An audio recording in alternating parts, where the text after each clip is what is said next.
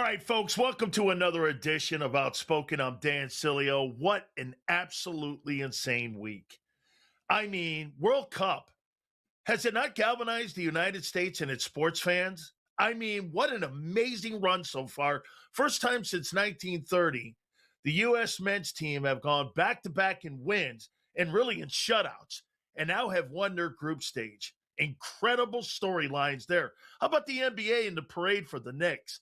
First time in 53 years, we are seeing a parade in New York City. Incredible to say the New York Knickerbockers are your world champions. NFL, within 35 days of all teams showing up to training camp. All right, guys, let's get to all of it. Fire the cannons. One of the major stories this week, obviously, has been this Brandon Sorsby story, and he is, without a doubt, the storyline that may change college sports and how we look at it moving forward. Look, initially, a judge in Lubbock County ended up giving him permission for him to be able to go and play in the 2026 college football season for the Texas Tech Red Raiders. Came back, well, the Big 12 said, pump the brakes. They started teaming up in Texas Tech. Programs around the country also started refusing to schedule respected programs with the Texas Tech sports programs, and Kirby Holcutt, the athletic director, had to do something, and he did. He basically told Brandon Sorsby, look, you can keep your $4.1 million NIL deal. However, you are not going to be playing in the 2026 season. So Brandon Sorsby has now officially applied for the supplemental draft. You know, this is a story that really has galvanized a lot of people on what you should do when you have a player like this when we're talking gambling. Over 9,000 bets. Some bets, again, on the under on many of his teammates when he was at Indiana and when he was at Cincinnati. How do you sit and look and evaluate a player like this for the upcoming supplemental draft? By the way, July 10th, he has a pro day, and it's being reported that over 26 NFL teams are going to send their either general manager or their pro personnel directors to this workout. He's a first-round talent. Should he get the ability to have an opportunity to play? Of course he should. Listen, you know, in the National Football League, we talk about character all the time, and we talk about what kind of player and what kind of people you want in your organization. I get it. Gambling is a taboo. That's one of the things that really the National Football League frowns on, and there's really both sides of this. You know, there's a part of the media that says this kid will never play, and there's another part that says this kid should have every opportunity to play. Me, I think he should play. I believe in redemption. I believe in rehabilitation. I believe that the kid should have an opportunity to play. We're talking about over $100,000 in bets, which, by the way, is now legal in this country. And I do think the kid should get a chance to play. However, got to say it again, there is going to be a lot of pushback. Where's the NFL Players Association going to fall? Are you going to support the kid? Are you going to back him once he gets drafted into the supplemental draft? This is going to be a story that is going to be must watch and must see. Look, I don't think he's going to have any playing time in the 2026 NFL season. And I think rightfully so. Take it from somebody that went into the supplemental draft. Look, folks, that is not the way to go into the league. You've already missed a ton of OTAs. You've missed mandatory minicamp. You're behind. I never got caught up. I was never able to catch up when I got drafted into the supplemental draft in 1987. I even sued the league, and it took forever for me to catch up. And quite frankly, I don't believe I ever did catch up because in the blink of an eye, your NFL career could be over. And make no mistake about it, going into the supplemental draft, you have a ton of obstacles and a ton of speed bumps for you to try to overcome.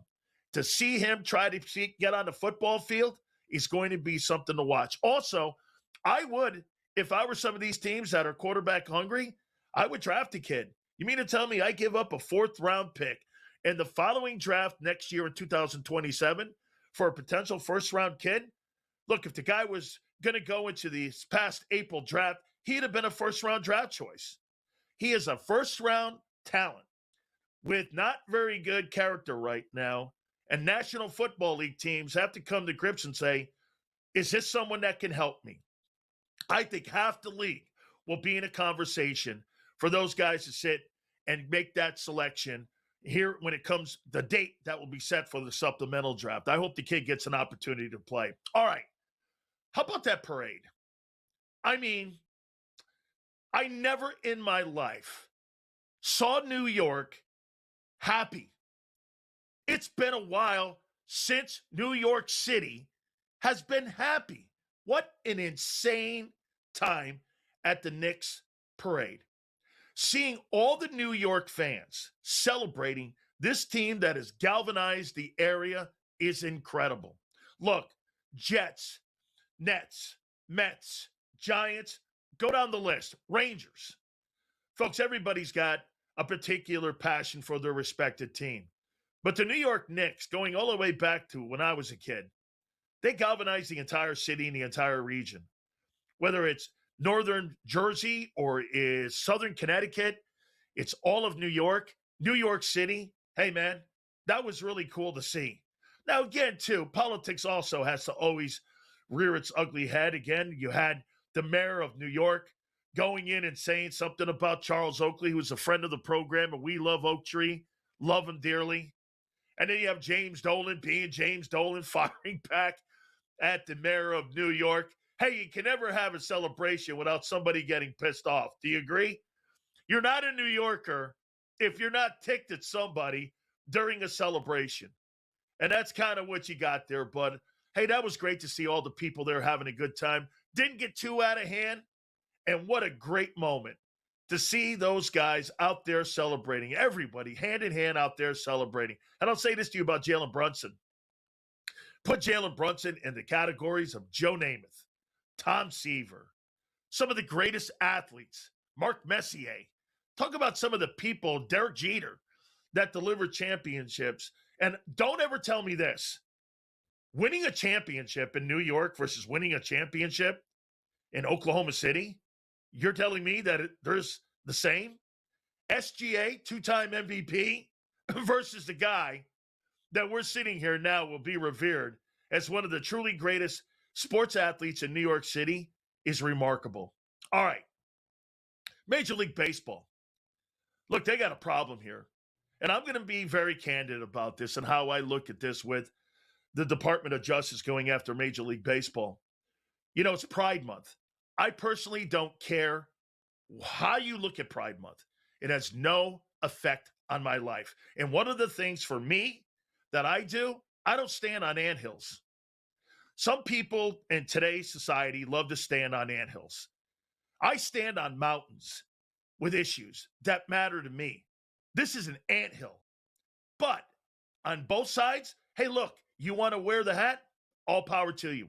You don't want to wear a hat? You should also have an opportunity not to wear the hat. The three players for the San Francisco Giants are getting extreme heat for not wearing and supporting Pride Month. I think those guys have every opportunity not to have to support it.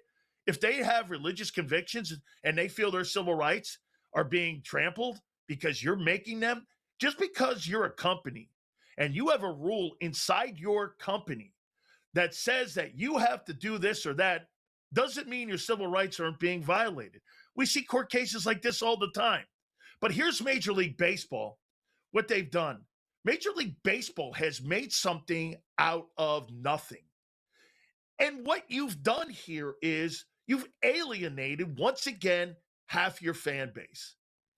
Just a dumb move. Typical Major League Baseball. All right, our great friends at Morgan & Morgan, the number one firm in the United States when it comes to protecting families like you. With over $20 billion recovered, there is no company like Morgan & Morgan. I tell you about the family in Pennsylvania that was initially offered $650K. They got nearly $30 million in settlement. Or the family in Florida that was initially offered $350K. They got $12 million in settlement. Go to forthepeople.com/big sales or pound law 529. That's forthepeople.com/big sales or pound law 529. And do me a favor. You tell them Big Sills sent you. We are going to talk to our friend, Coach James Young. Hey, man, was he on one of those posts down there at the celebration? We'll talk to him next.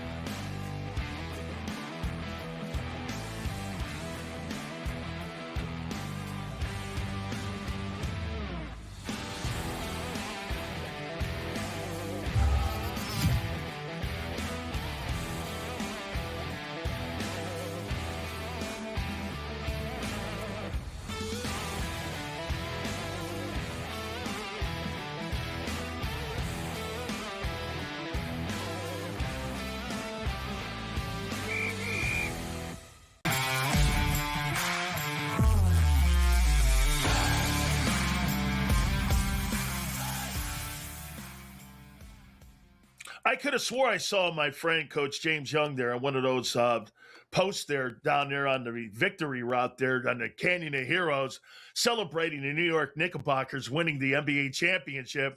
I wonder how he made it through. I mean, we both have been waiting all these years for this thing, and I thought I would never see it in my life, Coach. I got to tell you. What were your takeaways, man, being down there with those people down there and how incredible that was? Because I kept saying this the whole time. I can't believe what I'm watching. Big Sales, always a pleasure to be on with you. It really hit me. I mean, I should be there celebrating and going wild. And then, the parade, I actually was at the parade. I got up at 4 in the morning, got to World Trade Center about 6:45. I beat the deadline by 7:30 by about 40 minutes. I mean, I had to stand for 3.5 hours before they started the parade. But it all hit me. And the craziest thing is, where it hit me, Big Sales, is when Ja Rule and Fat Joe started rapping New York on a float.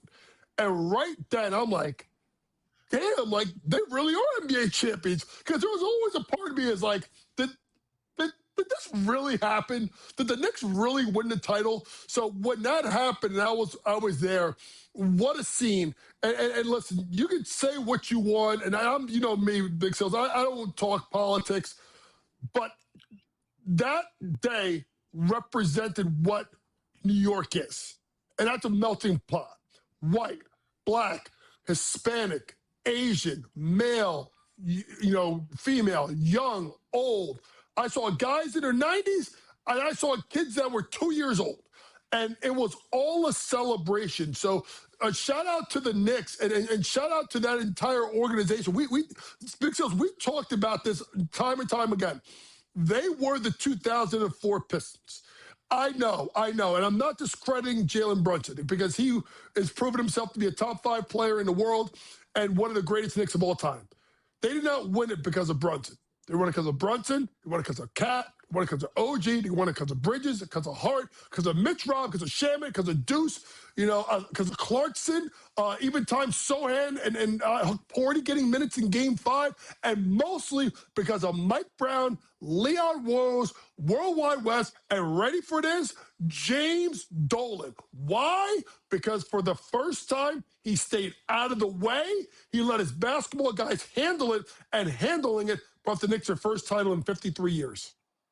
It reminded me of going down to Times Square during, when we have the New Year celebration every year. You go down there and you got people standing there in Times Square and they're just enjoying their lives. Like you said, it's a melting pot. It's one of the only times New York City does that each and every single year. And I saw it for a sports team. Where do you think this Knicks team will go down in New York lore? I mean, the Jets 69 team, the Mets 69 team, and now we have this Knicks team. Where do you think that they will go in? Where the Rangers, obviously, people will remember that team as well. Mm-hmm. Where would you put this in the pantheon of great New York sports teams? Because of the climb, because of the 53-year drought, I think the closest I would say would be the Giants' first Super Bowl win team, and I think that was '86. That's right. And also the Rangers of '94, because of the drought, because of the number of times that we thought we were there. And it was interesting. I had Mark Malusis on my show, the Coaches Edge with JY, and we got into a discussion about what we would have said to our younger self. And I felt like as Knicks fans in the '90s, we took it for granted. Next year's our year. Next year's our year. That's all Ewing would say. Next year's our year. And then from 2000 until whatever, they were awful. I mean, they were terrible. They were a disgrace. They were a joke. They basically are what the Jets are right now, to be perfectly honest with you. Yeah. But that's a story for another day. They came out of nowhere over a 3-4 year stretch. And that's why I told you on your Tampa show, I compared Jalen Brunson closest to Mark Messier. If you remember, folks, Mark Messier, they called him the Messiah because he was the leader and the captain and the guy that ended that 54-year drought. Well, Jalen Brunson is the Knicks Messiah. 53 years instead of 54 years. June 12th instead of June 13th. Big Sills, too many things line up to me that makes Brunson the Messiah the way Mark Messier was for the Rangers. In your opinion, the climb is always the most difficult, but I think even more difficult is staying on top of the mountain. Yeah. James Dolan ended up getting him up the mountain, making all the decisions, and like you said, to step back. How do you stay there if you're the Knicks? Because one thing you just did, you compared them to that Pistons team. Well, that was a one-of. Yep. Is that what this is? Is this a one-of?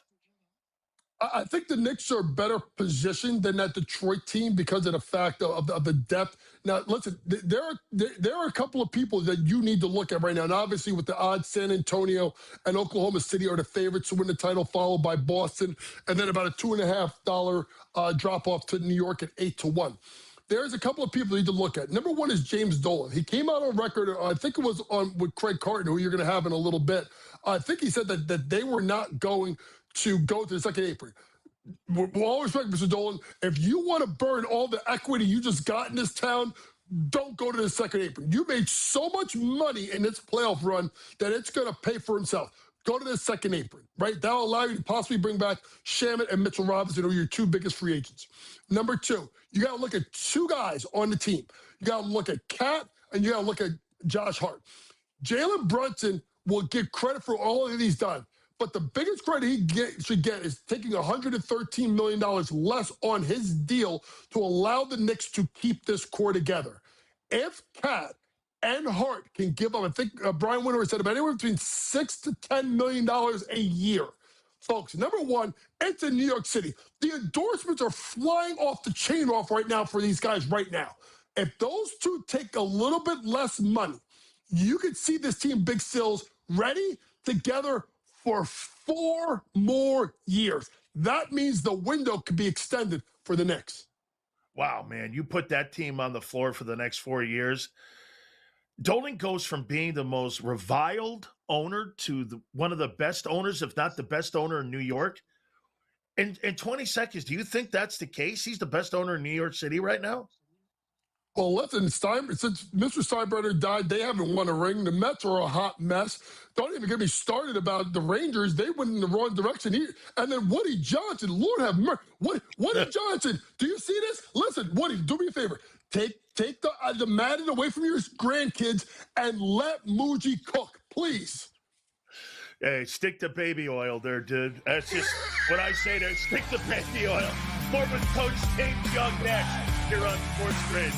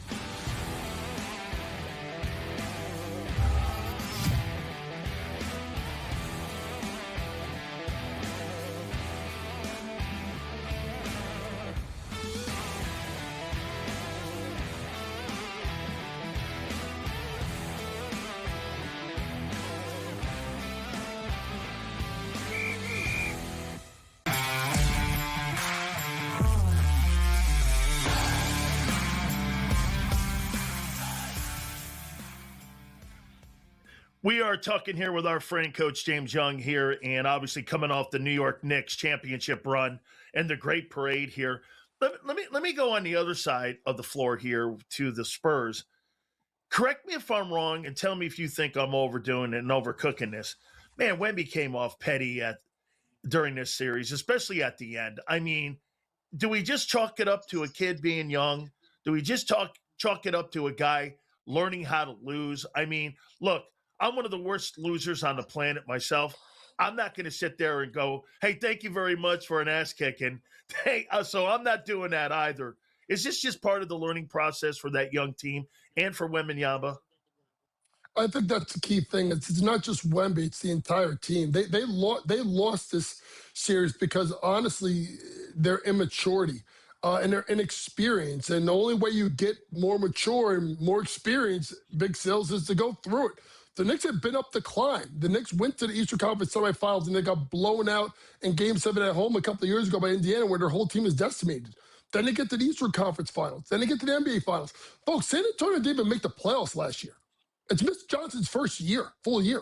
Like, to me, they had to learn on the fly, and they'll be better. They'll be experienced. And when they figure it out, be somewhere else. But that's the thing, Big Sills. They have to figure it out. I thought the Knicks did, if you think about boxing as a reference, I looked at Ali Foreman. I think the Knicks just rope-a-doped them. I think they rope-a-doped them. They let them get out to that big lead early, and then the Knicks just worked their way back.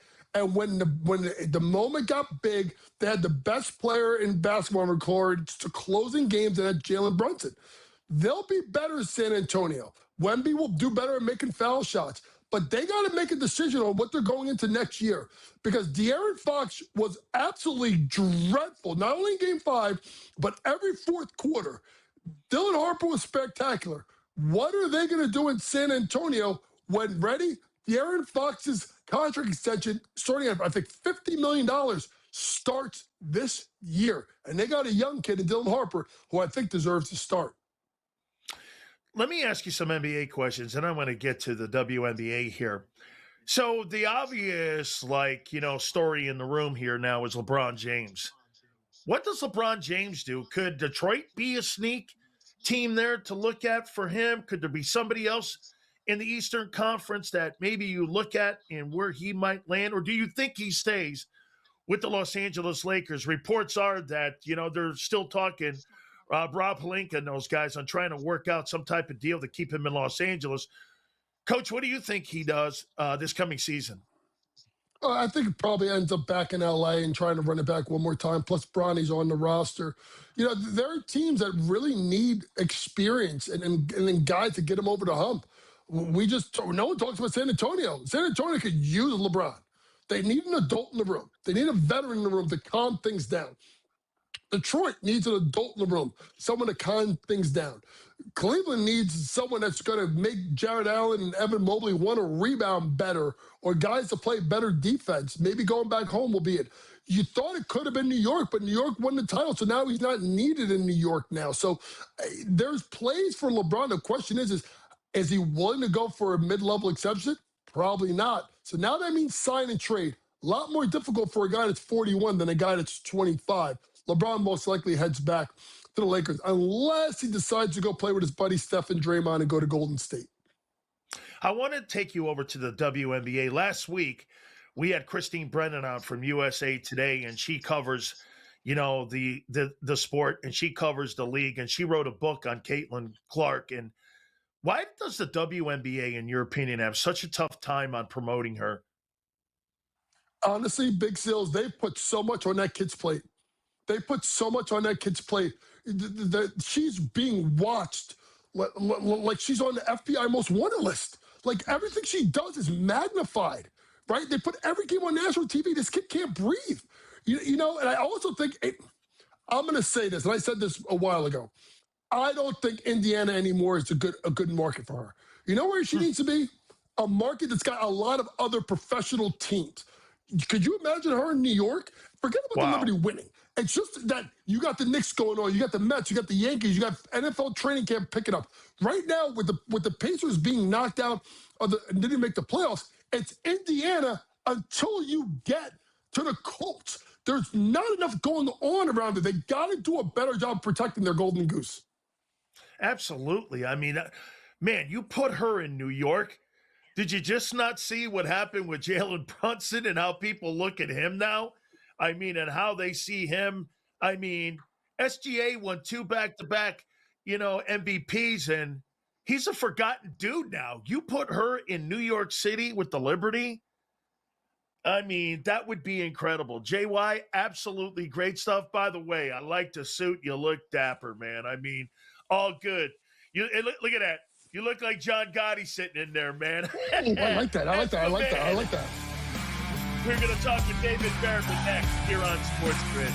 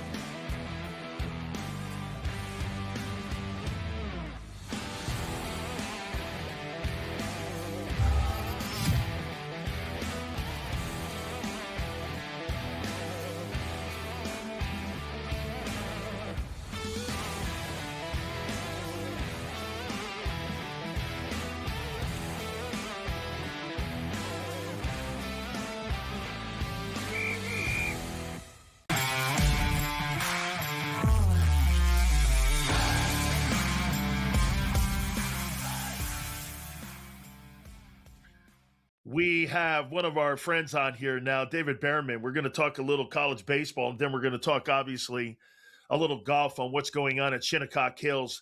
And one of the toughest tracks in all of professional golf is there in Southampton, New York. But first, let's start it out here with college baseball. And you know what? I was just asking you because when I was down at the University of Miami with Coach Frazier there, that program had won 4 national championships. I think 3 national championships with him.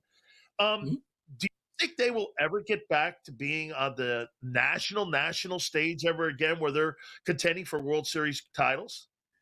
Dan, I was just having this conversation with someone the other day. Like, they have the resources now. You've seen it with the football team and the money that's behind NIL and stuff. And, A-Rod built them a field, and so Mark Light's different than it was. And I was there with you in the 80s when they were dominant as they were. And I'm actually surprised it's taken this long. I know Jim Moore's had a couple of really, really good teams there, late 90s, early 2000s. But J.D. Arriaga is a Miami guy, a former player, a pitcher, and they still can't pitch. So I don't know what the issue is. They can't seem to get the arms there because the bats were fine this year. We saw that. I just thought by now, I actually thought the baseball team would get back to prominence before the football team. So it's a little surprising. It's just a lot harder with all these, big SEC teams in football. But I think at some point, Miami will get back to that level because the resources are there. One last thing on that. I always said it was this. When I was there, we didn't have a basketball program.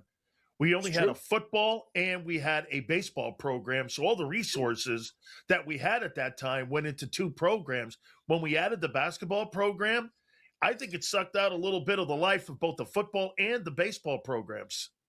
I can see that absolutely. You put money into an on-campus arena. You don't have an on-campus football stadium.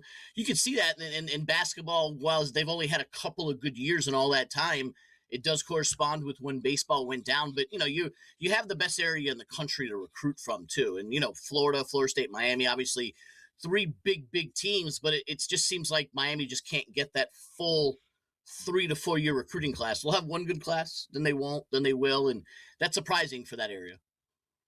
I have been watching the college baseball playoffs, and they have been unbelievable. I mean, am I right when I say this? There looks like there's more parity in college baseball than I've seen in the last maybe 15 years. I mean, every single game was contested. Every region was awesome. Am I right when I say that? You absolutely are. Look no further than number 1 overall seed. Never before has number 1 overall seed lost in a regional this early, and it happened 2 years in a row with Vanderbilt last year and UCLA today. UCLA didn't even get to their regional championship at home. That's just not something we're used to in college baseball, where you had 6 to 12 schools that utterly dominated. Omaha looked, similar, but in the last couple of years, you have the St. John's of the world going far, and look no further than Troy, who was ultimately one of the last 4 teams in the tournament. They go to Omaha. Oklahoma, who's in the national championship series, was under 500 in the SEC. And by the way, that's the 5th time in 6 years we've had an SEC team that had an under 500 record get this far. So you're talking about the 11th overall team in the SEC making the national title game. That's Parity 101. NIL and transfer portal. Is that also one of the reasons why we're seeing more parity in college baseball? We're seeing that in football and basketball. Is it starting to bleed down into the baseball programs? It is. It's free agency 101. You're going to go back to the NFL starting it when they had free agency, and all of a sudden there's parity in the NFL. And when basketball changed their rules, last 8 years, 8 different NBA champions. And I think you're seeing it in college because, Dan, you and I grew up in an age where you get someone a dinner or you buy them gas and he's suspended. Now it is a pay for play and free agency 101, and that is what happens. Free agency leads to parity because people just can go wherever they want at any point in time. Are we now seeing college baseball starting to get a footprint in TV ratings now too?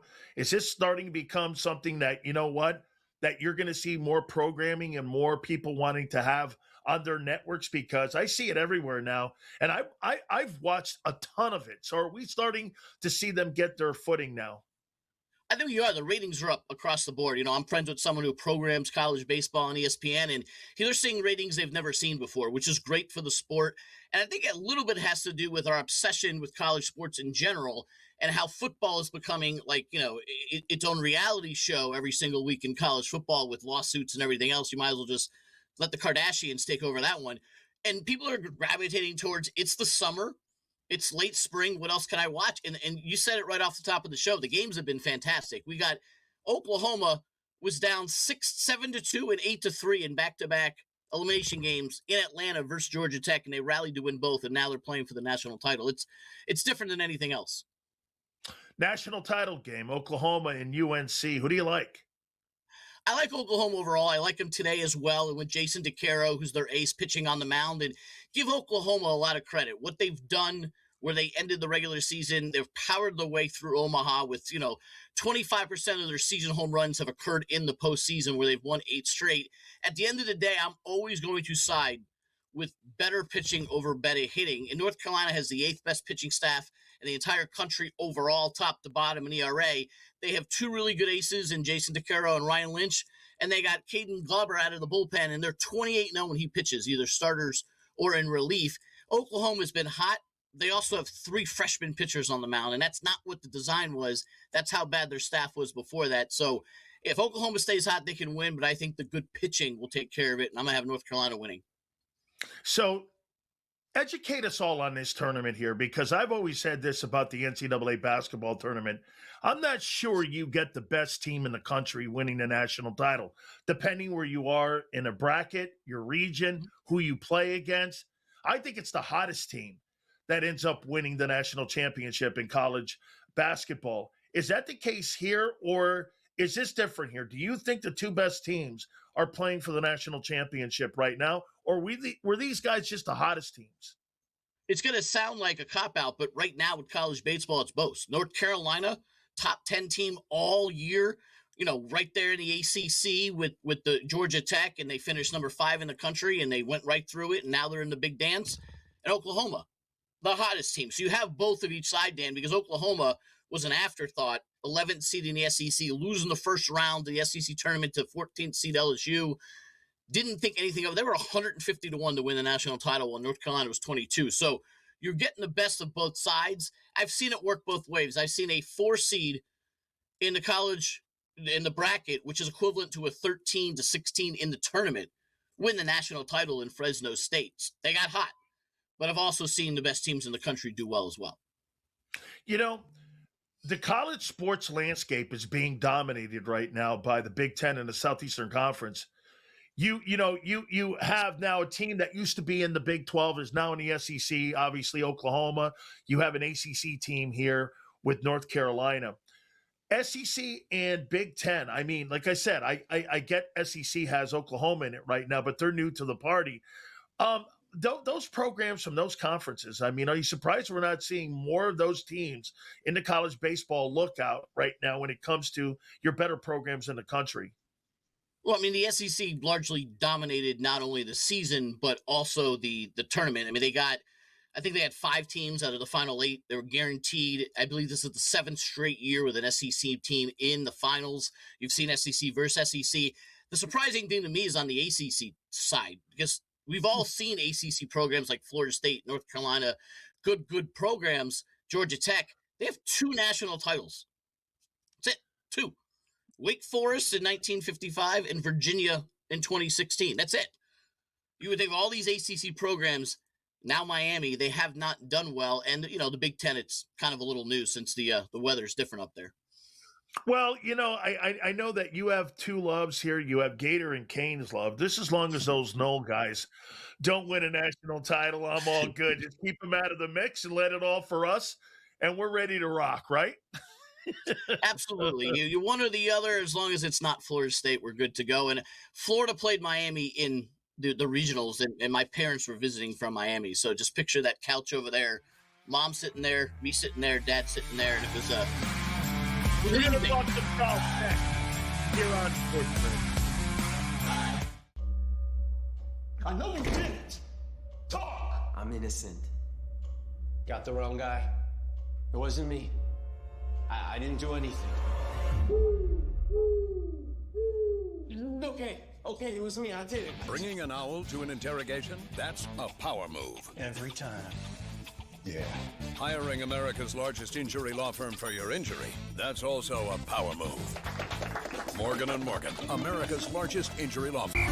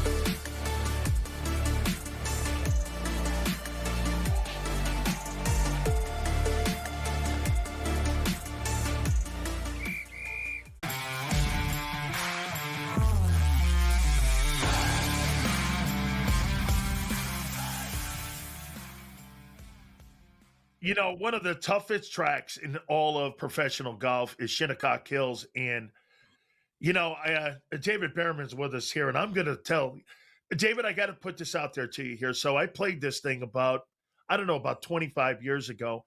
And I tell folks, if you want to know what the greens are like, it's like putting on a wood floor. I mean, the sways that you have on the greens, if you go at the stick, you're off the green. I mean, is this one of the truly more difficult golf courses that they have for the rounds at the U.S. Open?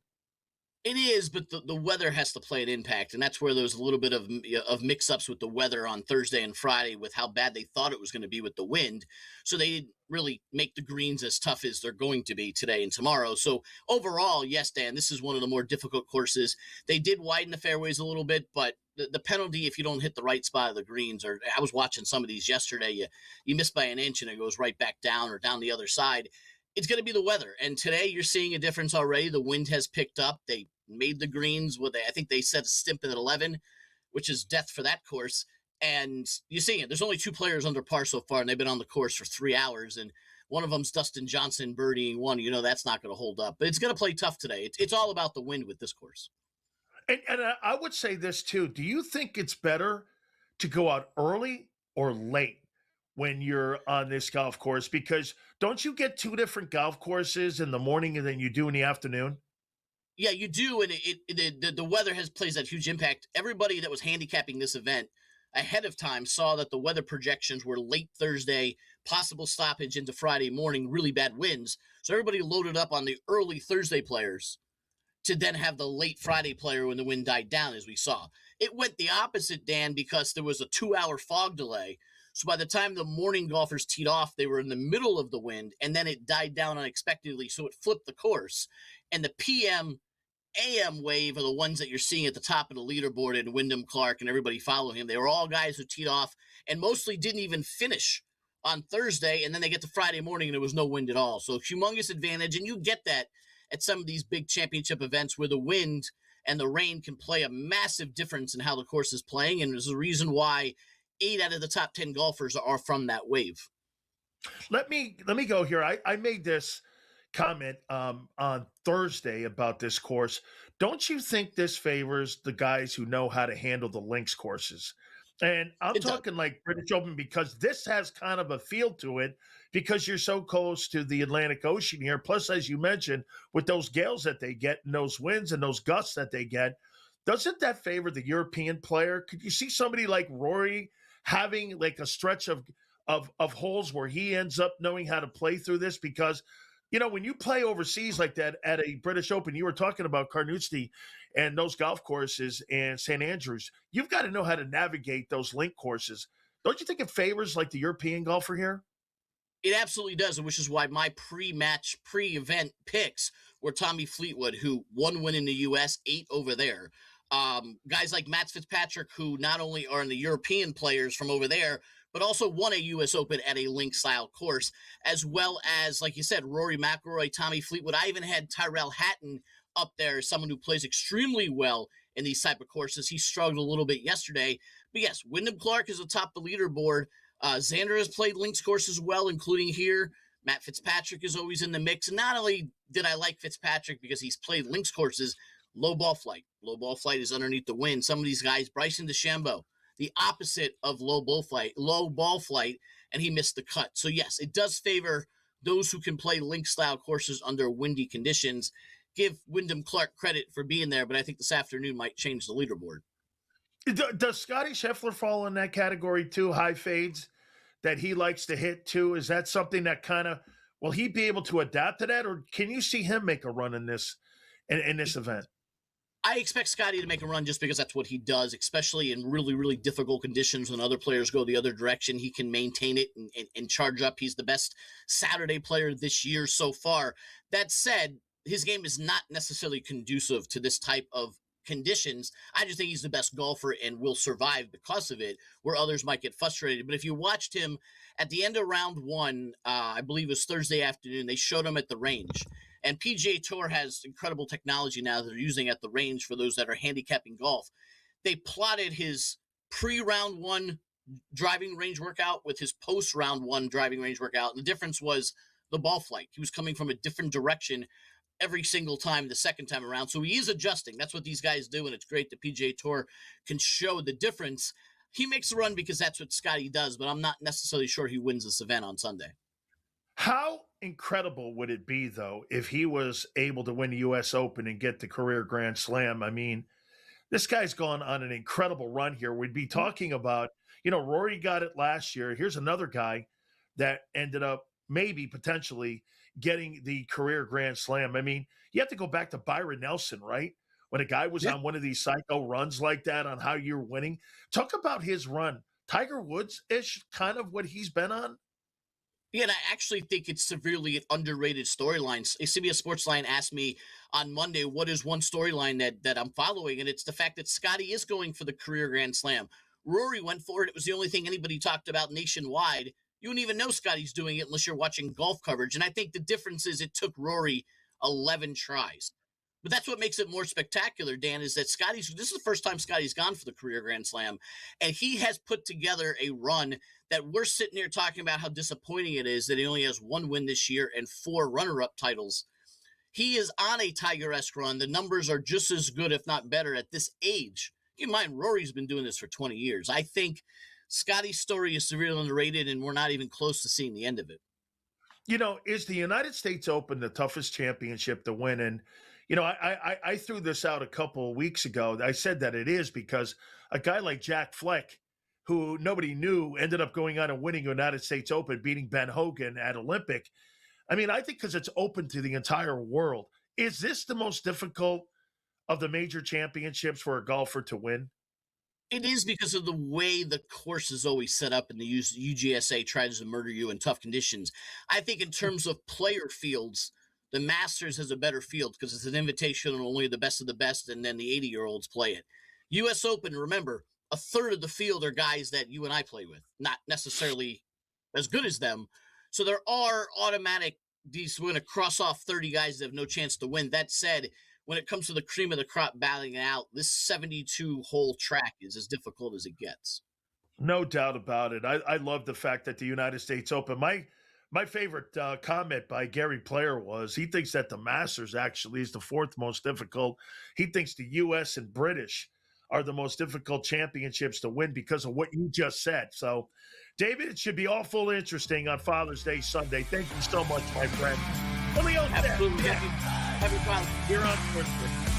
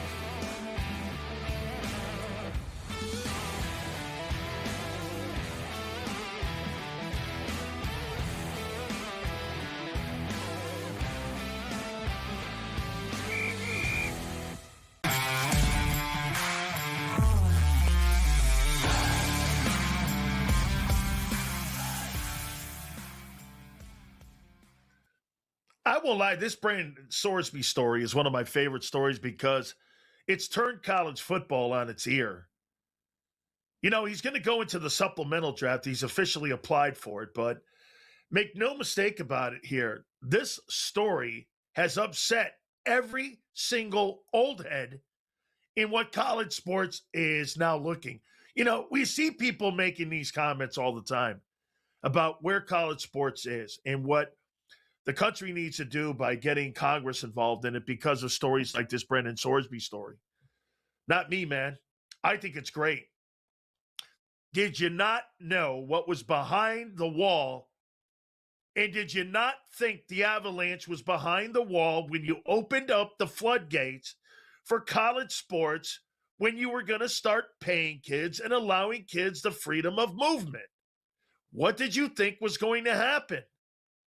What you have now is people regretting and wanting to try to put the genie back in the bottle. You can't put that back in.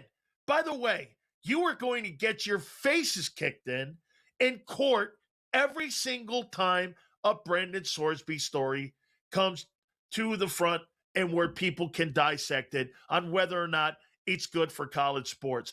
How about the commissioners, too? Trying to circumnavigate a court's decision. The Big 12 was trying to come out and say, well, what we're going to do is we're going to try to punish Texas Tech for allowing the kid to play. A court ruled that the kid would play. That wasn't good enough for the Big 12. That wasn't good enough for some of the commissioners. You know why? They're losing their foothold on the money. Always follow the money in sports. College football, the kids are now becoming business partners, and they don't like it. Brandon Sorsby was given payoff money and basically go away money so that Texas Tech could operate in the Big 12. They gave the kid $4.1 million, told the kid, you don't have to pay us back. Go away. Sure. So now he's supplemental draft, and now he's applied for it, and now he's going to take his swings at the National Football League. College football is in a spot right now that they can't control, and they don't know how to control it. You want to run the government? Take a look at our country right now. Do you think anybody in Washington, D.C. can make any kind of reasonable decision where you can go across the aisle and have a bipartisan deal where you really think that you're in the best interest for college sports? Why in God's name would I sit there and want to have the federal government involved in college sports when they can't even get our country right? Really? Do you want to put your college football or your college basketball in the hands of Ted Cruz or AOC? No, thank you.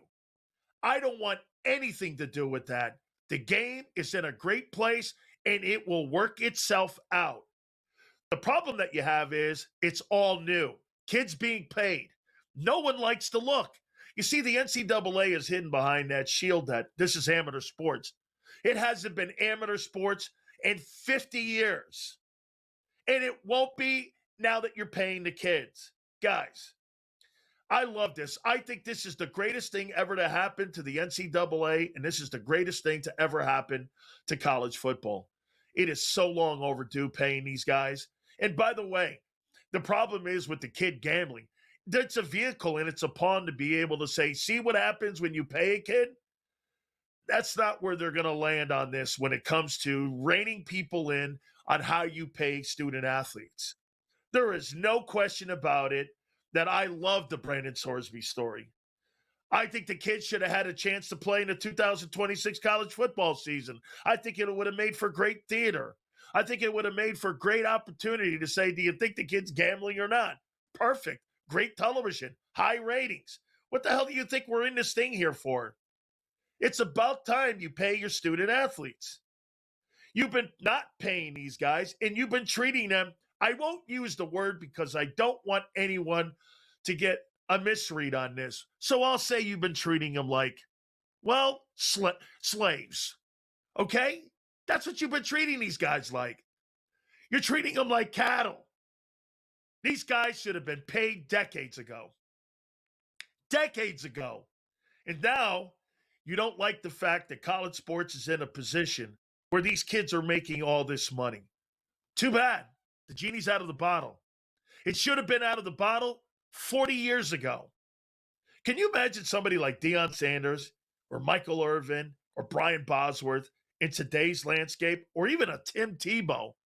What would Tim Tebow make today with NIL in college football? You couldn't pay that guy $20 million in what he would bring to the University of Florida.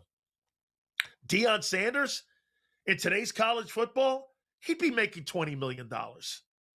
All of this was suppressed back in the day because the NCAA didn't want to let loose of their stranglehold on the players.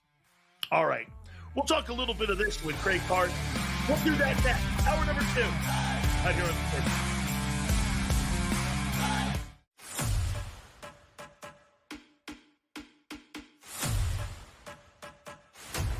Are you ready for el verano más futbolero de tu vida?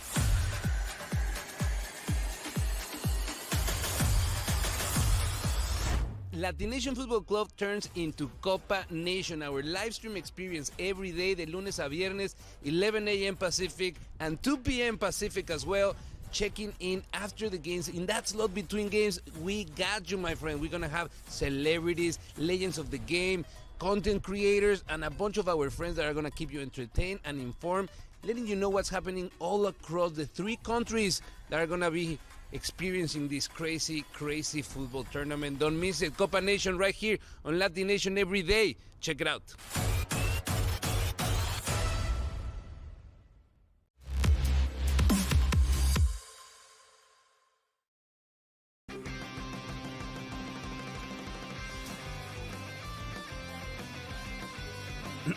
Class is in session.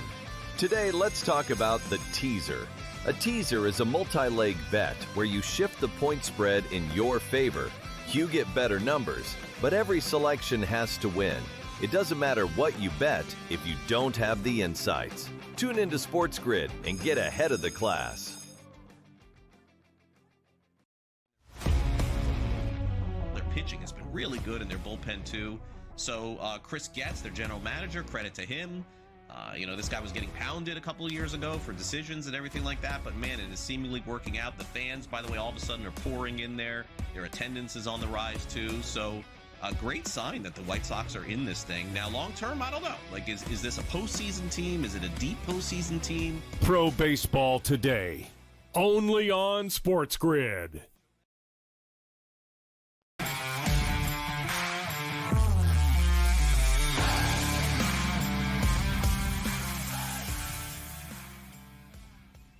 Hour number 2 here on Sports Grid here, and we appreciate each and every single one of you coming aboard here. And what a storyline it was in New York City, watching that parade.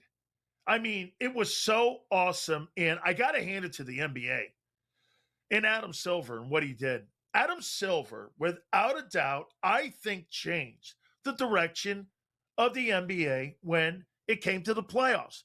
When President Trump showed up and there were a lot of backlash on whether or not he should show up to Game 3. What did Adam Silver do? Instead of going down the political lane that you see Major League Baseball goes down, what did he do? He welcomed everybody in to the finals. And I think it's made the difference. Take a look at where they are TV ratings-wise. The highest ratings that they have had for an NBA Finals since 1998. And it's because that they have welcomed everyone in. No matter if you were Republican or Democrat, what's the famous line that Michael Jordan used? Hey, Republicans buy sneakers too. You want everybody to watch your sport. You don't want to try to become a political vehicle to sit back and try to say, well, we're gonna cater to one side of the aisle or the other. Welcome everyone in. And that's exactly what's happened. Black, white, Jewish, Catholic, Muslim, Protestant, Baptist. Everyone was there at that parade route, and everyone was enjoying themselves. Make no mistake about it, that's exactly what sports is supposed to do. It's supposed to galvanize people. It's supposed to bring everyone together. That was one of the coolest things that we saw when it came to that parade, was seeing exactly that. Jalen Brunson, a guy who basically, in my opinion, you talk about, the Lakers getting the lottery pick by getting Joker. The lottery pick was with the New York Knicks getting Jalen Brunson. What else made that story so great was that Jalen Brunson was a guy that was a generic hero being found. This wasn't a manufactured LeBron James story. This was something that we saw evolve in front of us. It's just a genuine story on a guy who came from nowhere. Unlike Joe Namath, unlike some of the great superstars that we've had in New York, like Derek Jeter, like Mark Messier, Tom Seaver, this was something that was generic in front of our eyes, and we watched it grow. And you know what we kept saying about this Knicks team all year long? We kept saying this, really? And then as they got through the Cavs series, you were like, well, that was a great run. They're going to get knocked out by the San Antonio Spurs.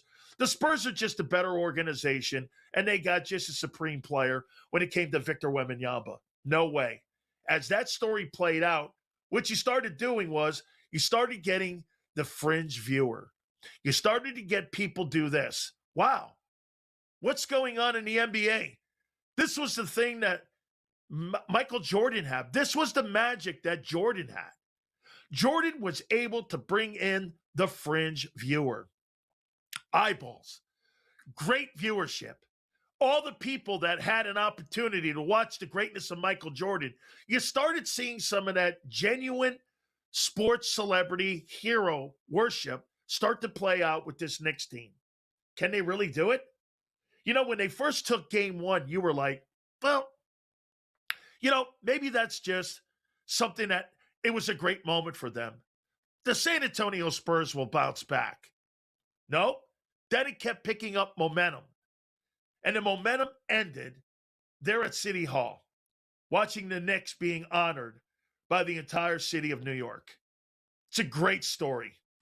And it was, in my opinion, one of the best stories for sports I've seen in a long time. And what I love about it also, James Dolan and that basketball team have accepted an invitation to go to the White House. They're the first basketball team to go to the White House in the Trump administration era. Great. Stop with the politics. The NBA is getting away from it. Major League Baseball is not getting away from politics. Major League Baseball believes in identity politics still. The NBA is getting away from it, and it's helping them. Go to the White House. I mean, the worst thing you could have done is not accept that invitation to go to the White House. Remember something here. I don't care who's in the Oval Office. I could care less. When you're honoring a sports team like the New York Knicks, you're honoring a team for great achievement. Whether Trump's in the White House, Biden, Obama, or Clinton are in the White House, this is about honoring your sports team and your achievements. I love the fact that they accepted it. It's one of the great moments that you have for the NBA because the NBA is getting away from politics, something that has really taken the ratings away. Michael Jordan, back in the day, I know sometimes I sound like, oh man, get off my lawn when I keep referencing Jordan. But what was the one thing that Jordan had? What championship belt LeBron James will never have around his waist? Do you know what that is? The ratings belt. The ratings and revenue belt. That's all folks care about when it comes to growing your sport. Are you bringing ratings and are you bringing revenue in? No one cares whether you're a good dude or not. Do you move those two needles? And that's exactly what is being said now about this team and about the NBA. Advertisers are now starting to come back. People are starting to watch the NBA again. This last season had to be one of the worst regular seasons for all types of storylines that were bad for the NBA. There was a week on a Friday where you had 11 rosters full of players not wanting to play in one respected barn.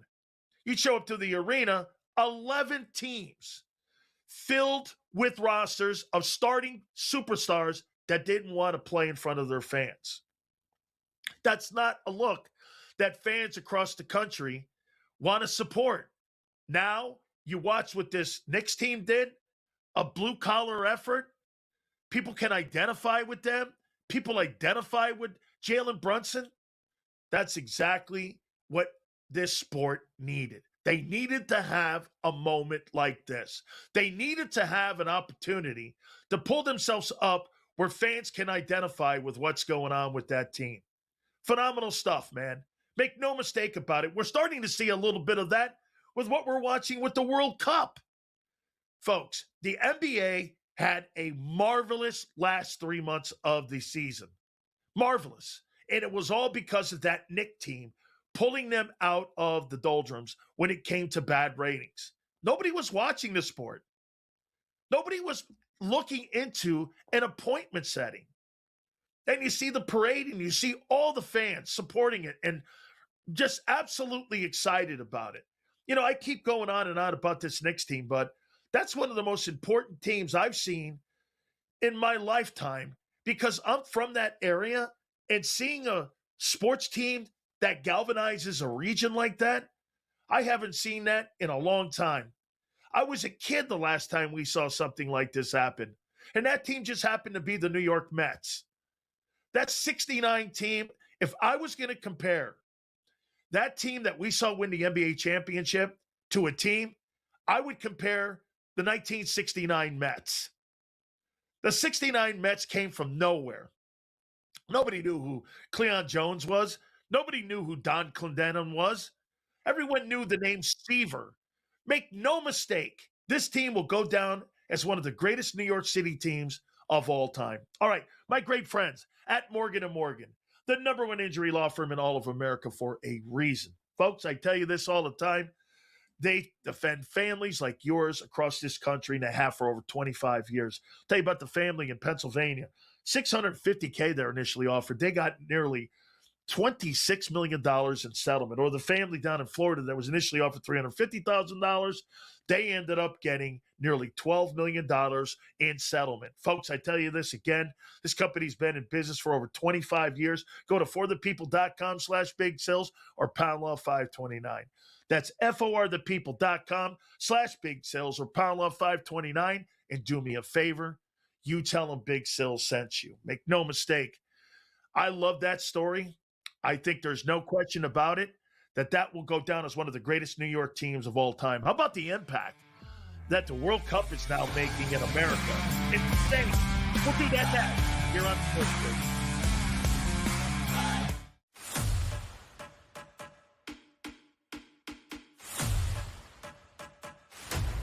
Are you ready for el verano más futbolero de tu vida?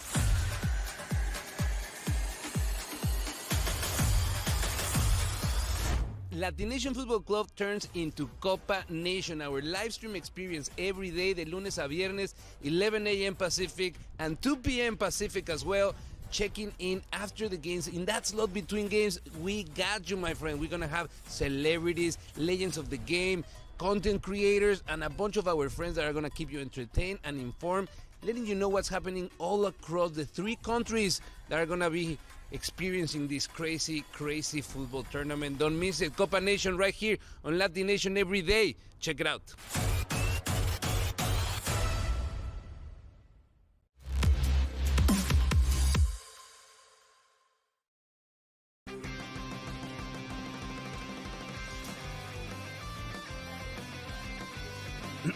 Class is in session. Today, let's talk about the teaser. A teaser is a multi-leg bet where you shift the point spread in your favor. You get better numbers, but every selection has to win. It doesn't matter what you bet if you don't have the insights. Tune into Sports Grid and get ahead of the class. Their pitching has been really good in their bullpen too. So Chris Getz, their general manager, credit to him. This guy was getting pounded a couple of years ago for decisions and everything like that, but man, it is seemingly working out. The fans, by the way, all of a sudden are pouring in there. Their attendance is on the rise too. So a great sign that the White Sox are in this thing. Now, long term, I don't know. Like, is this a postseason team? Is it a deep postseason team? Pro Baseball Today, only on Sports Grid.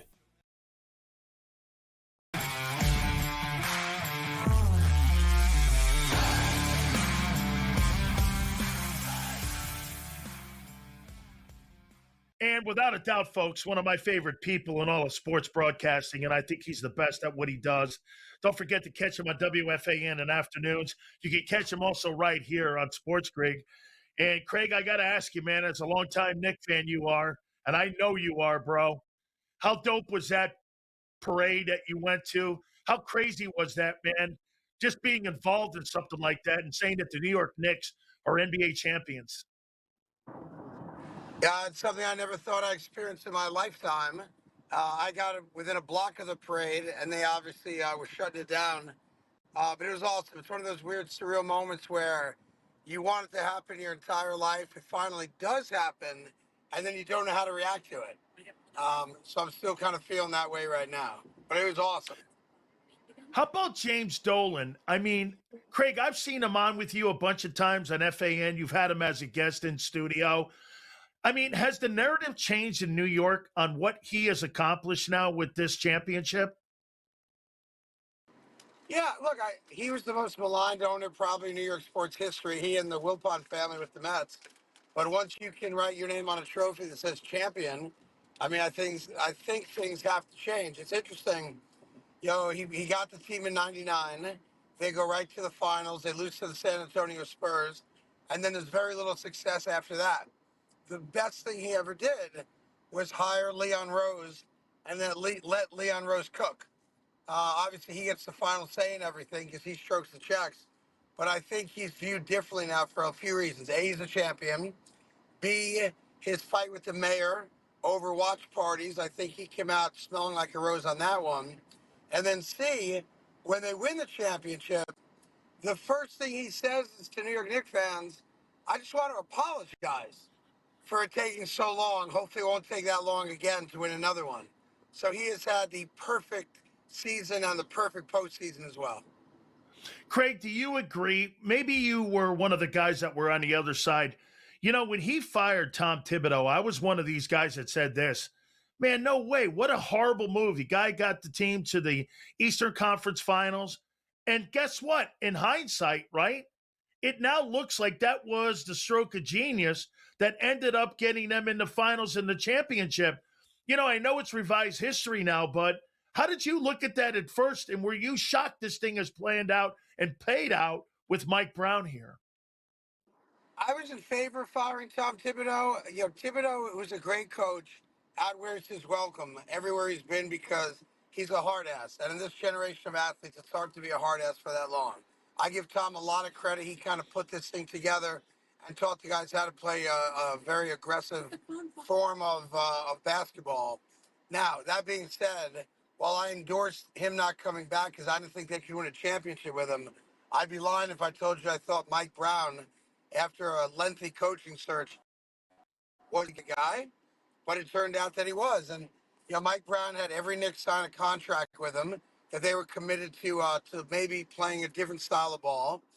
And then having talked to a lot of guys with the Knicks, including Dolan, I think a light bulb went off somewhere later in the season, maybe even after game 3 against the where it was very collaborative. And as the story now goes, Karl Anthony Towns went to Mike Brown after game 3 of the playoffs, down 2-1 to the Atlanta Hawks, and said, let's change it up and put me up at the point like Joker does in Denver.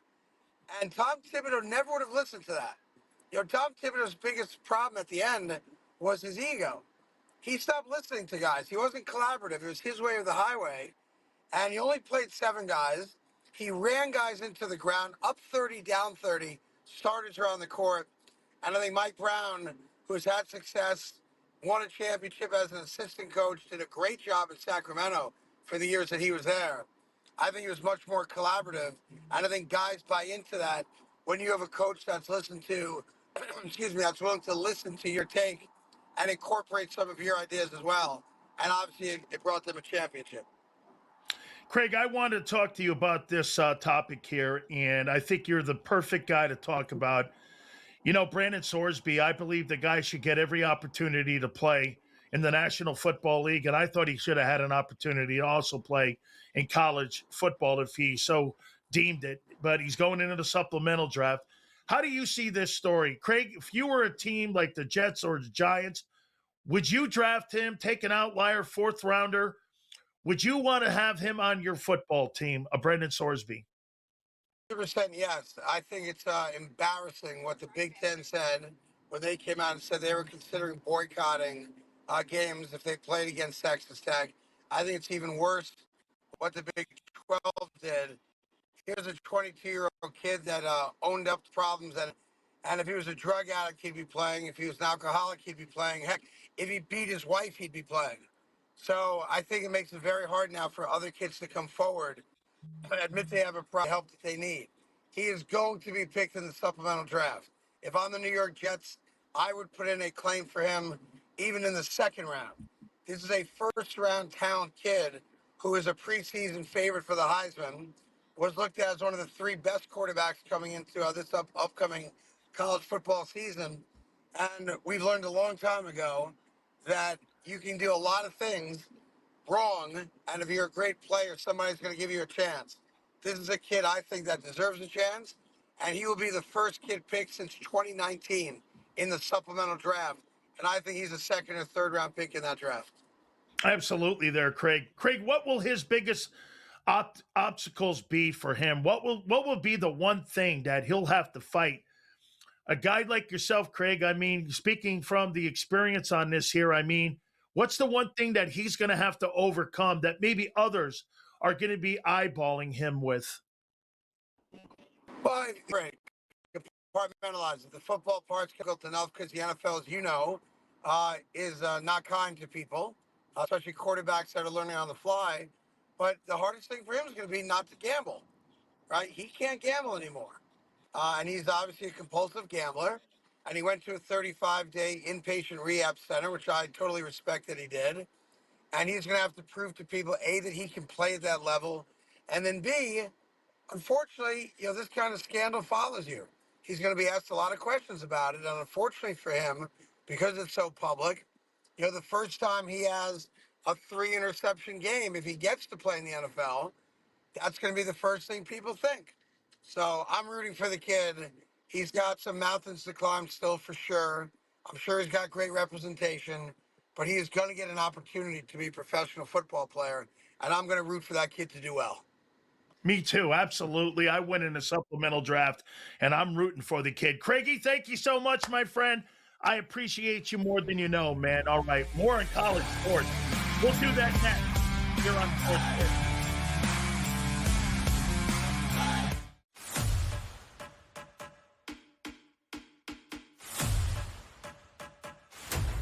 Are you ready for el verano más futbolero de tu vida?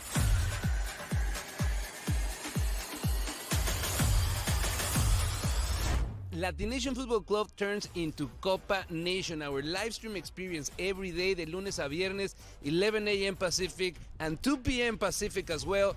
Checking in after the games. In that slot between games, we got you, my friend. We're going to have celebrities, legends of the game, content creators, and a bunch of our friends that are going to keep you entertained and informed, letting you know what's happening all across the 3 countries that are going to be experiencing this crazy football tournament. Don't miss it. Copa Nation right here on Latin Nation every day. Check it out.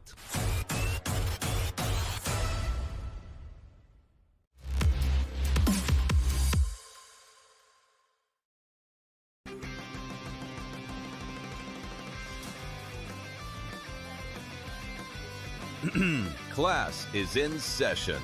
Today, let's talk about the teaser. A teaser is a multi-leg bet where you shift the point spread in your favor. You get better numbers, but every selection has to win. It doesn't matter what you bet if you don't have the insights. Tune into Sports Grid and get ahead of the class.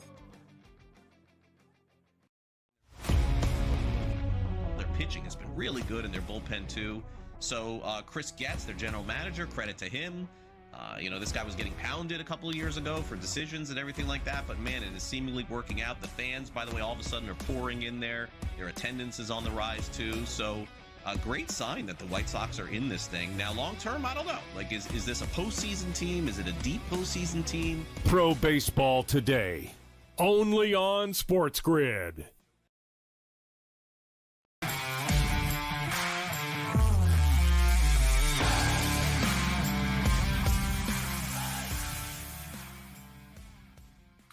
So I got text this week that the Save College Sports bill, this bipartisan bill, has gotten through the House and now will go through the Senate. And now we're going to sit here and try to determine what to do with college sports as we go forward. And now we're going to try to involve the United States government in college sports. Do you know how to save college sports? I'll tell you how to save it. Start paying the younger and start paying the outlier programs in college sports. Places like FIU, FAU, places like San Diego State. You need to have profit sharing in college sports if you want to save it. But you're never going to do this. The Protect College Sports Act, are you crazy? We can't even build a bridge together with the federal government. We're trying to sit here saying that we're going to save college sports and by putting these infamous guardrails up that because we don't like kids transferring or we don't like kids being paid. That's ridiculous. You are not putting the genie back in the jar. This is not going to happen. College sports right now is in a great place. You know why? Because no one can control the mess that they created. And now they want to try to put guardrails around this. Guardrails around what? Stuff you created 50 years ago? The Protect College Sports Act.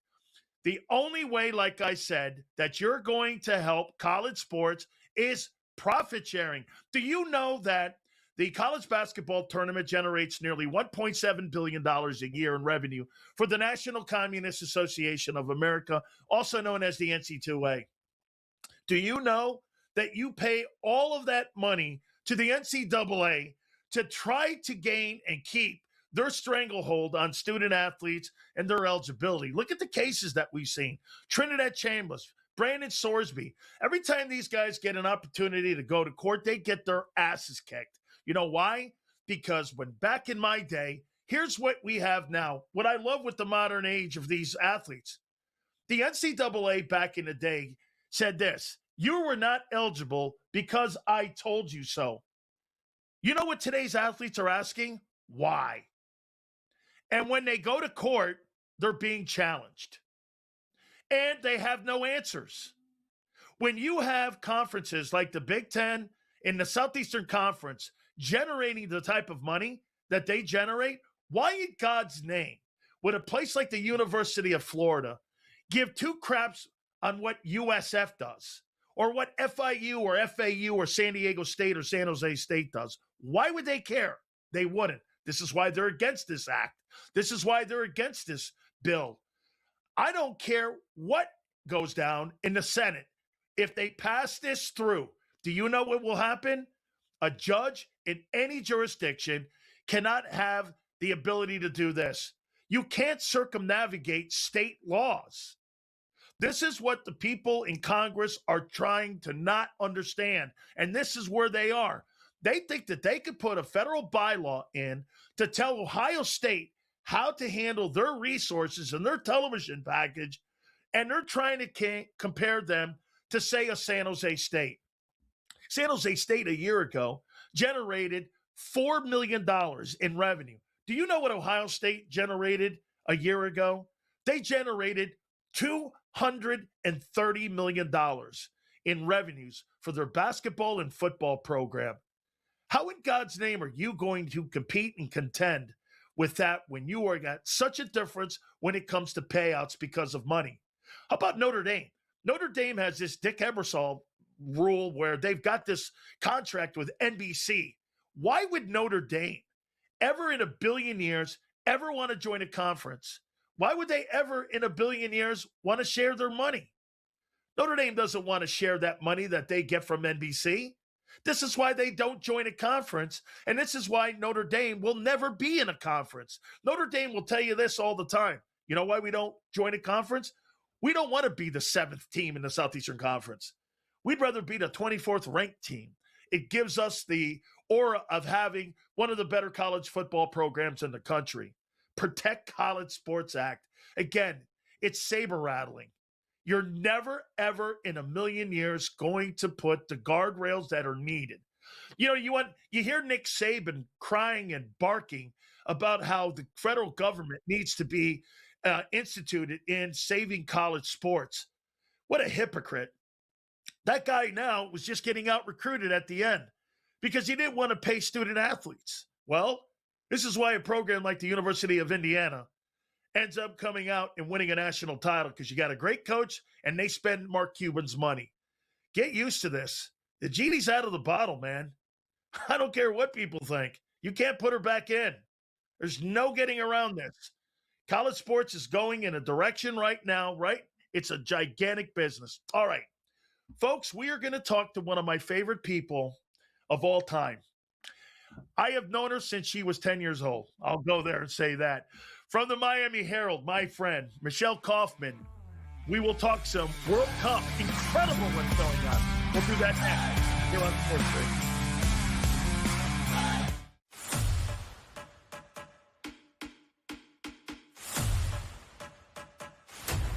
Are you ready for el verano más futbolero de tu vida?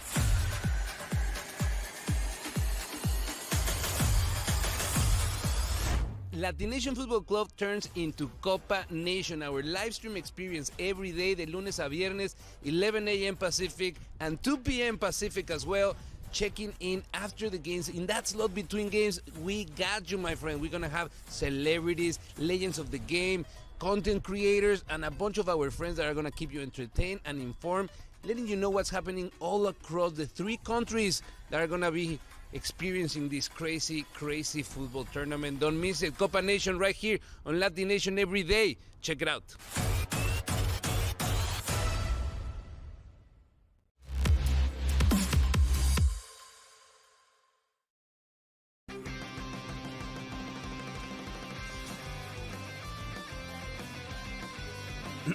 Class is in session.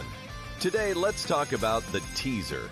A teaser is a multi-leg bet where you shift the point spread in your favor. You get better numbers, but every selection has to win. It doesn't matter what you bet if you don't have the insights. Tune into Sports Grid and get ahead of the class. Their pitching has been really good in their bullpen too. So Chris Getz, their general manager, credit to him. This guy was getting pounded a couple of years ago for decisions and everything like that, but man, it is seemingly working out. The fans, by the way, all of a sudden are pouring in there. Their attendance is on the rise too. So a great sign that the White Sox are in this thing. Now, long term, I don't know. Like, is this a postseason team? Is it a deep postseason team? Pro Baseball Today, only on Sports Grid.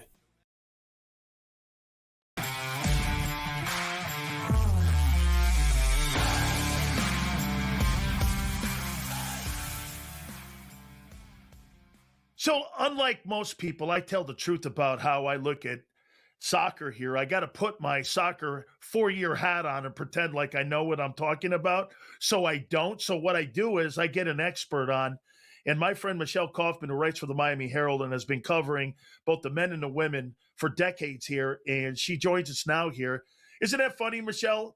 Here we are. We're seeing really a great run right now, and we get guys like me, and we get a lot of people with their 4-year soccer expert pretend hats on now, but it's been an amazing run on what we've seen with the first couple of weeks of the World Cup here in America. Oh, it's been amazing. This is my 7th World Cup, by the way. That's how old I am. This is my 7th World Cup that I'm covering. And yeah, it's funny. I was Joe Rose had me on the other day. He's never in 30 years.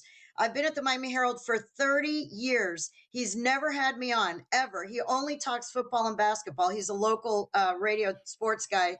And all of a sudden, he decides to have me on the show because that's how big this World Cup is and how it's resonating in the United States. I really feel like all the naysayers at the beginning, before it started, that were saying, countries are going to boycott because of our politics, or the stadiums are going to be empty because the prices are too high, or people are going to die of heat stroke, or whatever you want to say.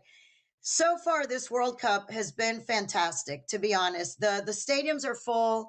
The fan fests are full. The storylines are great. A lot of the performances have been incredible. Seeing Lionel Messi 1 week shy of his 39th birthday, getting a hat trick. I mean, that just does not happen in a World Cup. This man is one week shy of his 39th birthday, and that hat trick was 20 years to the day to the day of his very first World Cup goal. He was 18 years old in Germany in 2006. I was covering it. In 2006. Lionel Messi was 18 years old. He came off the bench in the 76th minute and scored his first World Cup goal as an 18-year-old. And here he is 20 years later getting a hat trick in his sixth World Cup, which is insane. So, yeah, this World Cup so far has been great. And we haven't even mentioned the U.S. team. This is the best that I have seen. I know it's early and anything can happen. But this U.S. team right now is playing better than any U.S. team has played in the World Cups that I covered. And I'm including the 2002, which was in Japan and Korea. The USA went as far as they've ever gone, which is the quarterfinals. And I covered that. Bruce Arena was the coach. Landon Donovan was a star of that team. DeMarcus Beasley. That was a great team. And that team reached the quarterfinals. And this team has not done anything like that yet. So I think it's too early to already crown them as the best ever when they haven't reached a quarterfinal yet. And that 2002 team did. But the way they are playing in the first two games is very different from a normal U.S. team. U.S. teams in the past, the thing I love about soccer, one of the many things, my favorite thing is the fans. We'll talk about that later. But the other thing I love about soccer is that every country really reflects and mirrors that country's personality, that country's essence. So, the German team is always very big and organized. And the Brazilian team, they play like they're dancing the samba. That's how they pass the ball around. The United States team has always been gritty and hardworking and never say die. That's the American spirit. Gritty, hardworking, never say die, but not particularly beautiful. Not particularly stylish. This team so far has both. This team is gritty. This team is playing good defense and playing hard and playing their asses off, but they're also playing with style and with a fluidity that usually the better teams in the tournament play with. And I have not seen it from the U.S. team the way I'm seeing it from this team. So there's a lot to be excited about right now. Don't you agree with this phrase here? Well, damn, it's about time, Michelle. I've been told for decades that we're getting here, we're going here, we're going here. And every single time I watch a World Cup, you know what I get? It's like I'm rooting for NC State. We're getting a team that's 16th or 17th, and we're going to see a team that barely gets out of their group stage. Aren't we here now? It's about time, no? I think it's too early still. I mean, yes, I think the way the team has played so far, they look like one of the better teams in the tournament, okay? The best teams in the tournament so far, I think that have shown is Mexico, United States, Germany, Norway, France, Argentina, England. I'm putting the U.S. in that group. I'm saying the U.S. has played like one of the top 6 teams probably in this World Cup so far. And if that is the case, then yes, they should make a deep run and they should make the quarterfinals. Again, this team, the way they're playing and with the players they have, this team is good enough to make the quarterfinals again, which they have not done since 2002. It's been a really long time. It's been 24 years. They haven't gotten that far. So yeah, I think it is damn time. This team is good enough to do it. And let's hope that they don't disappoint. Right now they have basically a meaningless game coming up against Turkey. They've already advanced. They won the group. Christian Pulisic, if you're Pochettino, do you play him in a meaningless game or do you rest him for the knockout stage? Maybe you rest him for the knockout stage because this game against Turkey really doesn't mean anything. They've already won the group. There's no mathematical way that they don't win the group. So it's going to be questionable whether Pulisic plays or not. But it's going to be interesting. And yes, I think this team is good enough to match the best team that the U.S. team has had, which is 2002 quarterfinals. Michelle, can we be in a moment right now with the U.S. men's team like we were 94 with the basketball team and the dream team? And where I'm going with this is look at how the world is caught up in the NBA. We're seeing Joker, we're seeing Jokic, we're seeing all these guys, and how now we're watching Wemby, and we see the NBA, all these great international players. Can this be a moment here where you get young Americans going, wow, can this be a galvanizing moment right now for the growth of soccer in America? Could this be this tournament? You know, we've been hearing that for a long time. Like you mentioned before, we've been hearing kids have been playing soccer in America forever. Kids have been playing youth soccer in bigger numbers than we're a country of 300 million people. How can we not find 25 guys who can be the best in the world? I mean, that's been the question all these years.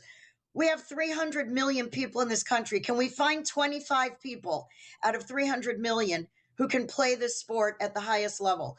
And I think one of the things is that this World Cup on U.S. soil, I do think it's going to be a galvanizing moment. I think 1994, which was the first one in the United States, it led to the launch of MLS. We didn't have a league like that before. Now MLS is 30 years old. I think this World Cup, with the attention it's getting, with the fan fest, with all the excitement, there are great athletes in America who choose other sports, who don't choose soccer. You know, the better athletes in this country a lot of times choose basketball, they choose football. I do think it is time for some of these athletes to say, you know what, why not soccer? The money is huge. You know, the exposure is global. It's not just in this country. You know, Lionel Messi he has 508 million Instagram followers. 508 million people follow him on Instagram. That blows away LeBron James. That blows away Taylor Swift. If you are a soccer superstar, you are one of the most famous people in the world, not just in the United States. So yeah, it could be a galvanizing moment. Absolutely. We're going to continue more of our conversation. And I got to tell you what Michelle said about Messi. I had appointment setting television, and I sat there and watched this 38-year-old guy go out there. And then the next night, I watched Cristiano Ronaldo. I want to hit on those two next here on Sports Grid. You wouldn't have your ex officiate your wedding. Do you, Jake? Liar? Cheater? Gaslighter? So why have anyone but America's largest injury law firm handle your injury case? With over $30 billion recovered for our clients, there's a reason to go big. Gaslighter, coitus crier, he's got more red flags than a bullfighter's attire. Morgan & Morgan, America's largest injury law firm.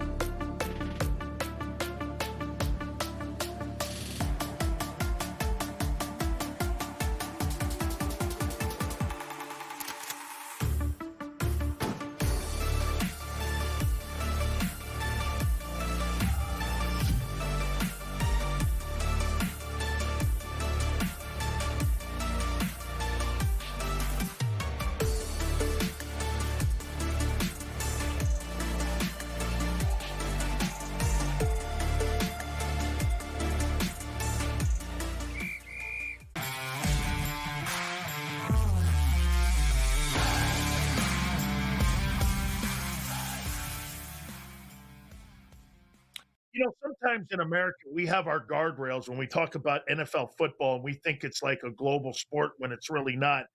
And when you're talking soccer and you're talking one of these men like a Cristiano Ronaldo or a Messi the other night, I got to tell you, Michelle, I mean, I was taking myself.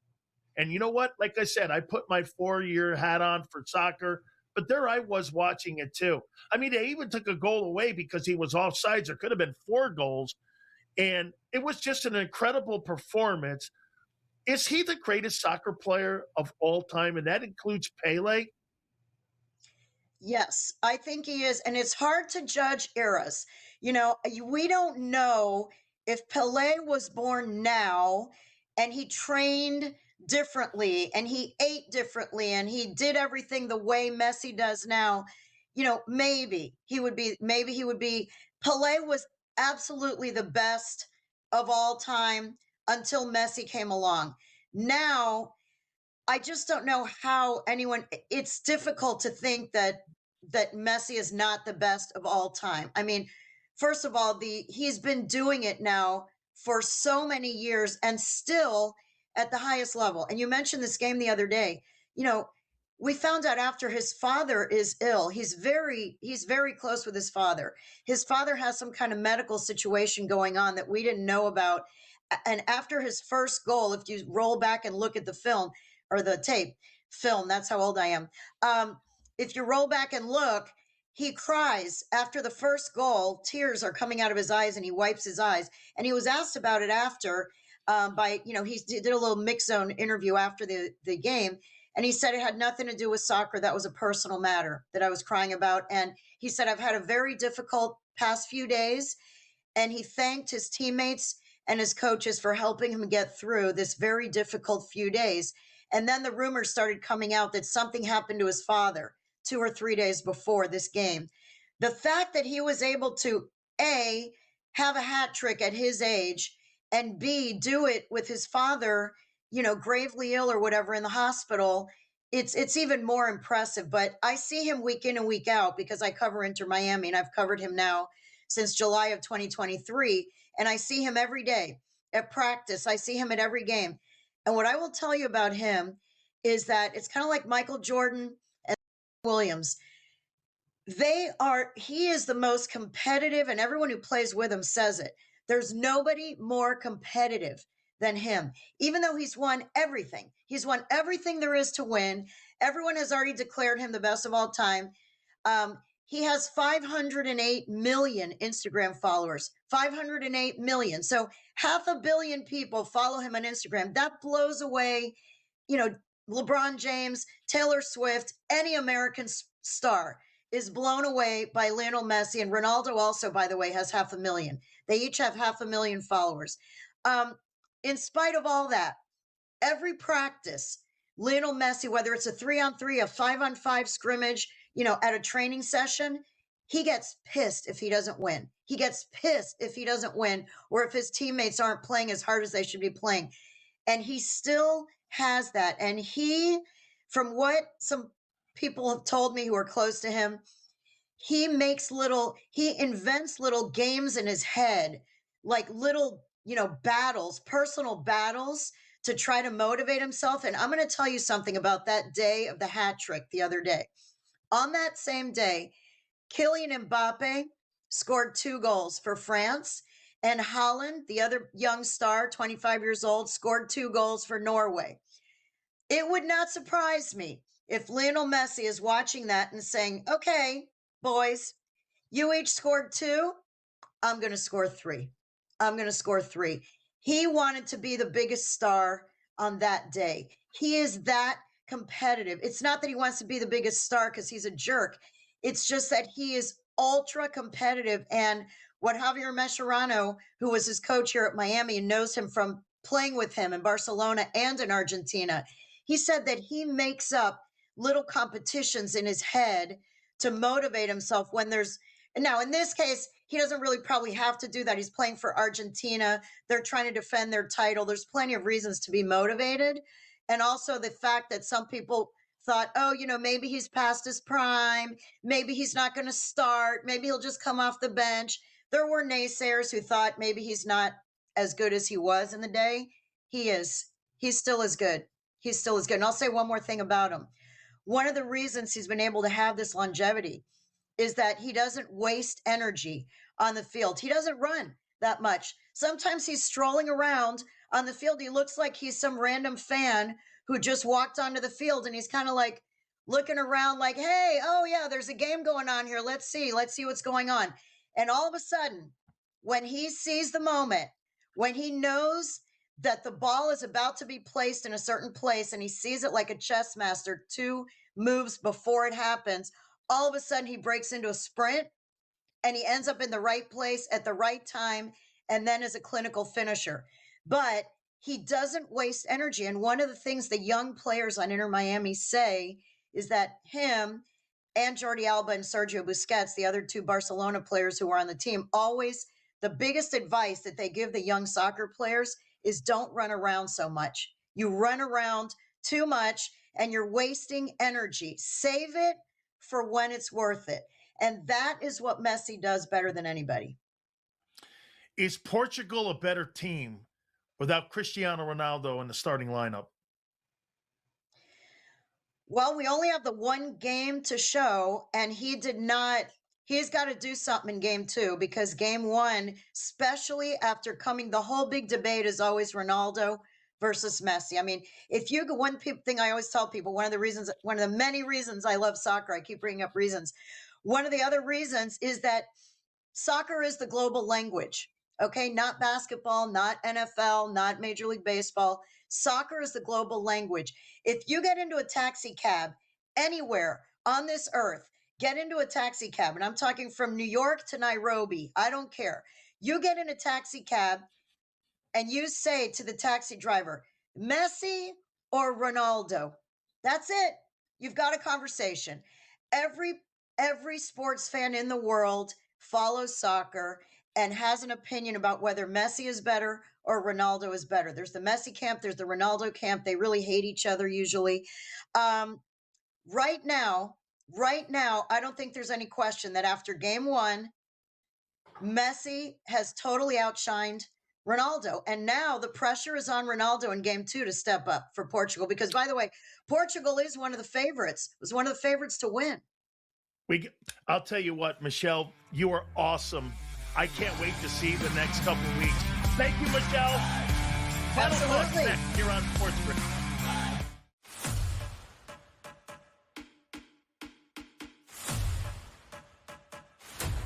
Are you ready for el verano más futbolero de tu vida?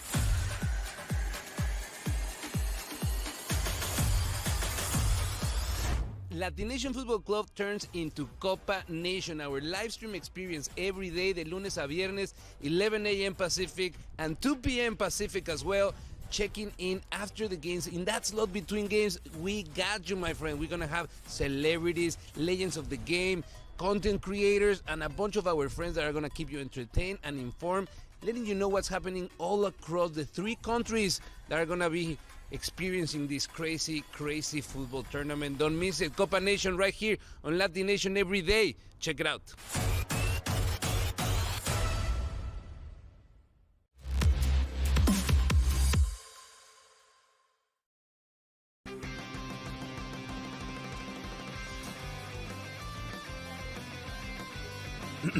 Class is in session. Today, let's talk about the teaser. A teaser is a multi-leg bet where you shift the point spread in your favor.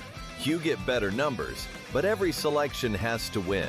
It doesn't matter what you bet if you don't have the insights. Tune into Sports Grid and get ahead of the class. Their pitching has been really good in their bullpen too. So Chris Getz, their general manager, credit to him.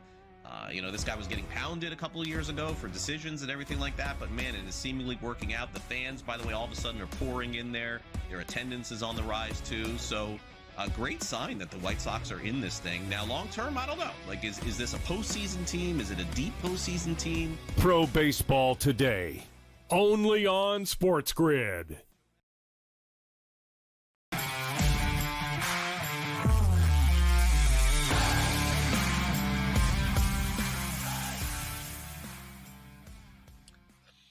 So WNBA has an issue, and it's leadership.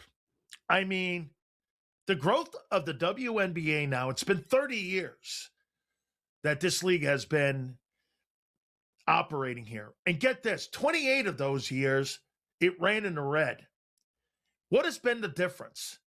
The difference has been one woman, and it's been Caitlin Clark. Last week, we had Christine Brennan on with us, and we were talking about how that the league has misappropriated using her likeness and her fame to be able to promote the sport. Make no mistake about it. The growth here, we're talking about the WNBA is talking about expanding its regular season schedule from 44 games to 50 games. Why is that? Because the growth of the league is now one of the mainstream sports that people are starting to look at. And it's because of one lady, and it's Caitlin Clark. I think the problem that you have with the WNBA leadership and many of the players that are in the sport is just simple fact. You got a white chick from Iowa that's the face of your league, and you can't accept it. Every single arena, every single time she steps on the court is packed. Nobody in that sport does more for the WNBA than what Caitlin Clark has done. Then this is what you're getting the fallback on. Well, what about the people that came before? And what about the legendary players that came before Caitlin Clark? I get it. This is professional jealousy. Those women, many of them, are better than Caitlin Clark. I saw a list the other day from The Athletic that had the top 30 players in the history of the WNBA, was just released a couple days ago, and her name's not on it. I can tell you this, the average sports fan couldn't name 7 of those players that were on that top 30 list. And I would even make this comment to you, that maybe 95% of the American sports fan has never seen a WNBA game, period. But now what's changed is one woman has now brought interest to the sport. And yet it's taken over a year to come out with a new shoe for her. They don't want to have a white woman as a face of that league. I don't think people are looking at it right. Because back in the day when Magic Johnson and Larry Bird came onto the scene of the NBA, remember what was going on in 1979? The year prior to those two guys coming into the NBA, they were having tape delay games. And they were putting it on at midnight when the Washington Bullets and the Seattle Supersonics played in the NBA Finals. They would put it on tape delayed at midnight. What happened? Magic and Larry came into the sport, and what did David Stern do? He sold race. He sold greatness. He sold rivalries. He elevated the sport with those two guys. I will make the comment to you that Magic Johnson and Larry Bird have done more to do what today's NBA looks like than anything Michael Jordan has ever done. It brought it back into the televisions where people became appointment setting because you were either in Bird's camp or you were in Magic Johnson's camp. For the record, I was in Magic Johnson's camp because I enjoyed Magic Johnson and the greatness that Irving Johnson brought to the Lakers. I loved the Lakers. But what it did was it made it appointment setting. Caitlin Clark is appointment setting, and the WNBA refuses to promote her. As we said, we talked to Christine Brennan about it, and Christine is 1,000% on with us here, saying that you're missing the boat. You have a golden goose. The more money you generate for your sport will trickle down to those great players. And then get this, when you have somebody like a Caitlin Clark playing, you're going to go, wow, look at Aja, how great she is. Look at some of the other players that play in the WNBA. It's going to put focus on the history of the sport and also the history of the legendary players that came before, where these players today stand on their shoulders. You're missing it. WNBA has that golden goose, and they're not using her correctly because you've got professional jealousy and the way the media covers it. ESPN refuses to acknowledge the impact that Caitlin Clark, they think that every other player in the league is elevating the league. You were hemorrhaging money for 28 years. What has been the one difference and what's been the game changer? Caitlin Clark. My friend Ice Cube has been on the program here, offered her $5 million to come and play on the Big Three. She turned it down. Can you imagine if Clark's not playing for the WNBA? You'd be back to the doldrums again with no one watching your sport. Doesn't get it. Leadership in that league needs to be changed. You got a golden goose. You got to use it to help promote your sport and really put eyeballs on all of those great people and all those great players. We will see you Sunday. Get you on the flip side.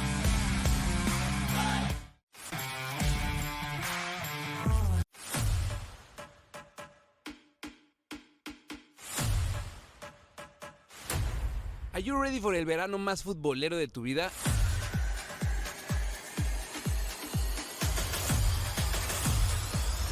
Latination Football Club turns into Copa Nation, our live stream experience every day, de lunes a viernes, 11 a.m. Pacific and 2 p.m. Pacific as well. Checking in after the games. In that slot between games, we got you, my friend. We're going to have celebrities, legends of the game, content creators, and a bunch of our friends that are going to keep you entertained and informed, letting you know what's happening all across the 3 countries that are going to be experiencing this crazy, crazy football tournament. Don't miss it. Copa Nation right here on Latin Nation every day. Check it out.